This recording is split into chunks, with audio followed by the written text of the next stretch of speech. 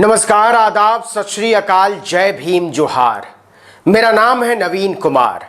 इस समय हिंदुस्तान ही नहीं, पूरी दुनिया के लीगल वर्ल्ड यानी वैधानिक दुनिया में सबसे बड़ा इंतजार दिल्ली से आने वाली खबर का है।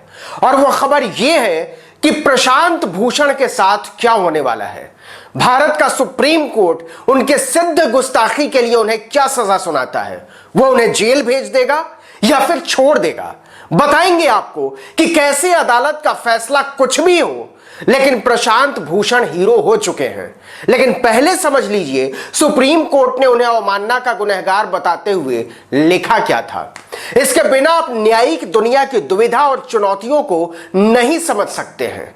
तो जरा देखिए, उसमें लिखा था कि पहली नजर में हमारी राय यह है कि ट्विटर पर प्रशांत भूषण के बयानों से न्यायपालिका की बदनामी हुई है और सुप्रीम कोर्ट और खास तौर पर भारत के चीफ जस्टिस के ऑफिस के लिए जनता के मन में जो मान सम्मान है, यह बयान उसे नुकसान पहुंचा सकते हैं। अब सुनिए कि प्रशांत भूषण का वो ट्वीट या बयान क्या था जिस पर सुप्रीम कोर्ट की त्योरियां चढ़ गईं। भूषण ने ट्वीट किया था कि जब उच्चतम न्यायालय लॉकडाउन की अवस्था में नागरिकों को न्याय के उनके मौलिक अधिकारों से वंचित कर रहा है, तब नागपुर स्थित राजभवन में प्रधान न्यायाधीश बगैर मास्क या हेलमेट के भाजपा नेता की 50 लाख की मोटरसाइकिल की सवारी कर रहे हैं। लिमिटेड एडिशन यानी सीमित संस्करण वाली सीवीओ 2020 हार्ले डेविडसन बाइक पर बैठे हुए चीफ जस्टिस की एक तस्वीर सोशल मीडिया पर उन दिनों खूब वायरल हुई थी। इसके बाद से ही यह तस्वीर चर्चा में थी। बस 5 मिनट लगेंगे, आप समझ जाएंगे कि प्रशांत भूषण ने न्यायिक दुनिया को इतना बेचैन क्यों कर दिया है। दरअसल कोर्ट को उम्मीद थी कि प्रशांत भूषण अपने लिखे पर शर्मिंदा होंगे और इसके लिए माफी मांगकर छूटना चाहेंगे, लेकिन हुआ उल्टा। प्रशांत भूषण अपनी बात पर अड़ गए। उन्होंने अपने हलफनामे में कहा कि पिछले 3 महीने से भी ज्यादा समय से सुप्रीम कोर्ट का कामकाज सुचारू रूप से न हो पाने के कारण वो व्यथित थे और उनकी टिप्पणी इसी बात को जाहिर कर रही थी। उनका कहना था कि इसकी वजह से हिरासत में बंद गरीब और लाचार लोगों के मौलिक अधिकारों का ख्याल नहीं रखा जा रहा था और उनकी शिकायतों पर सुनवाई नहीं हो पा रही थी। लोकतंत्र की बर्बादी वाले बयान पर प्रशांत भूषण की ओर से यह दलील दी गई कि विचारों की ऐसी अभिव्यक्ति स्पष्टवादी, अप्रिय और कड़वी हो सकती है, लेकिन यह अदालत की अवमानना नहीं कही जा सकती। इसके साथ ही लोकतंत्र में नागरिक स्वतंत्रता, अभिव्यक्ति की आजादी और न्यायपालिका के रिश्ते पर बहुत बड़ी बहस शुरू हो गई। इस बहस में सुप्रीम कोर्ट के कई पूर्व जज, नामी वकील, दिग्गज नेता और नागरिक समूहों के बड़े चेहरे शामिल होते चले गए। पूर्व जस्टिस मदन लोकुर ने तो यहां तक कह दिया कि अमेरिका में सुप्रीम कोर्ट और उसके जजों पर राष्ट्रपति लगभग 100 साल से हमले कर रहे हैं, लेकिन दुनिया का सबसे ताकतवर आदमी भी न तो अमेरिकी न्यायपालिका की बुनियाद को हिला सका और न ही संवैधानिक लोकतंत्र की बुनियाद अस्थिर हुई। और यहां प्रशांत भूषण को नहीं झेल पा रहे हैं। जस्टिस लोकुर तो यहां तक गए कि सुप्रीम कोर्ट ने प्रशांत भूषण के अवमानना के केस में फैसला सुनाते हुए जो राय जाहिर की है वो न केवल दुर्भावनापूर्ण है बल्कि फूहड़ भी।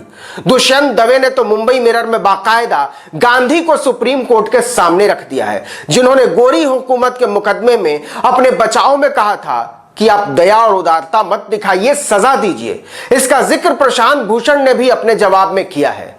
दरअसल किसी को अंदाजा नहीं था कि यह मामला इतना बड़ा हो जाएगा, लेकिन जब बात प्रशांत भूषण को जेल भेजने तक आ गई तो नामी गिरामी हस्तियां और समूह इस बहस में अपने आप शामिल होते चले गए कि मुख्य न्यायाधीश की 50 लाख की मोटरसाइकिल की सवारी और लाखों प्रवासी मजदूरों के पैदल मार्च पर देश में छाई हुई खामोशी के बीच आई प्रशांत भूषण के चुभने वाली टिप्पणी क्या जजों और सुप्रीम कोर्ट के अपमान के दायरे में आती भी है।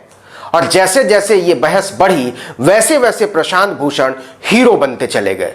मतलब अदालत जिसे न्यायिक गरिमा का सिद्ध खलनायक मानती है वो न्यायिक शुचिता के नायक के तौर पर उभरने लगा। यही बात सरकार को परेशान कर रही है कि किसी भी तरह से प्रशांत भूषण को हीरो बनने से रोका जाए। इसीलिए अटॉर्नी जनरल तक को देश की सबसे ऊंची अदालत से अपील करनी पड़ती है कि मिलॉर्ड, प्रशांत भूषण को बख्श दिया जाए, उन्हें कोई सजा न दी जाए।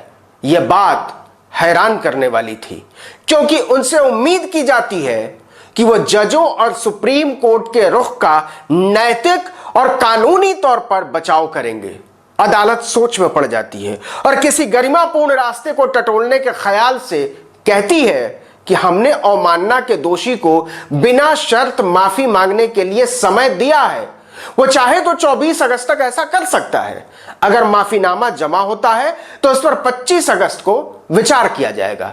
प्रशांत भूषण ने खड़े खड़े कह दिया कि उनके बयान में कोई बड़ा बदलाव नहीं होगा और इससे कोर्ट के समय की बर्बादी होगी। आप फैसला सुनाइए।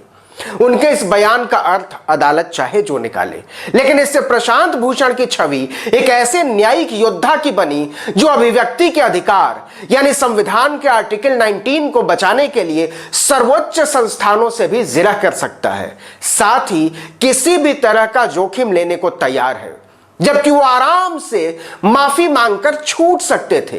कंटेम्प्ट ऑफ कोर्ट्स एक्ट 1971 के तहत प्रशांत भूषण को 6 महीने तक की जेल, जुर्माना या दोनों हो सकता है। इसी कानून में यह भी प्रावधान है कि अभियुक्त के माफी मांगने पर अदालत चाहे तो उसे माफ कर सकती है, लेकिन प्रशांत भूषण ने माफी का रास्ता नहीं चुना। इसने प्रशांत भूषण की योद्धा की छवि को और मजबूत किया। सीधी सी बात यह है कि प्रशांत भूषण ने देश की सबसे ऊंची अदालत के सामने नैतिकता और उदारता की जो लंबी लकीर खींच दी है, वह किसी भी सूरत में नजीर बनने वाली है। इसका मतलब यह हुआ कि फैसला कुछ भी हो, लेकिन प्रशांत भूषण हीरो बन चुके हैं। अगर सजा मिलती है तब भी और अदालत उन्हें सिर्फ फटकार लगाकर छोड़ने का फैसला करती है तब भी, भारत के न्यायिक इतिहास में अवमानना के मामले में अदालत से बाहर इतनी जोरदार बहस कभी नहीं हुई। यहां तक कि सुप्रीम कोर्ट के कई पूर्व जज, सीनियर एडवोकेट और खुद अदालत की गरिमा को बहाल रखने की पैरवी करने वाले अटॉर्नी जनरल के वेणुगोपाल तक प्रशांत भूषण के पक्ष में खड़े हो गए। कम से कम 26 राजनेताओं ने उन्हें सजा से मुक्त करने के लिए अपील जारी की। ऐसा इससे पहले कभी नहीं हुआ। प्रशांत भूषण ने मामला विचाराधीन होने के कारण भले चुप्पी साध रखी हो, लेकिन उनके पक्ष में बोलने वालों की तादाद बढ़ती जा रही है और उन लोगों की तादाद तो बहुत बड़ी है जो अवमानना का मामला होने के कारण बोलने से बच रहे, कतरा रहे हैं, लेकिन वो नैतिक तौर पर प्रशांत के साथ हैं। सब समझते हैं कि प्रशांत भूषण को जेल भेजना तो आसान है, लेकिन अधिकतम 6 महीने के बाद दिल्ली के तिहाड़ जेल से उनकी निकलती हुई जो तस्वीर बनेगी, उसकी भव्यता अवमानना की सजा को न्याय की काव्यात्मक पूर्णाहुति में न बदल दे। इस वीडियो में इतना ही, लेकिन अगर अभी तक आपने आर्टिकल 19 इंडिया को सब्सक्राइब नहीं किया है तो सब्सक्राइब कर लीजिए। सब्सक्राइब करने के बाद बगल में एक घंटी बनेगी, उसको दबाइए, लाइक कीजिए, कमेंट कीजिए और अपने सुझाव हमें भेजिए। नमस्कार।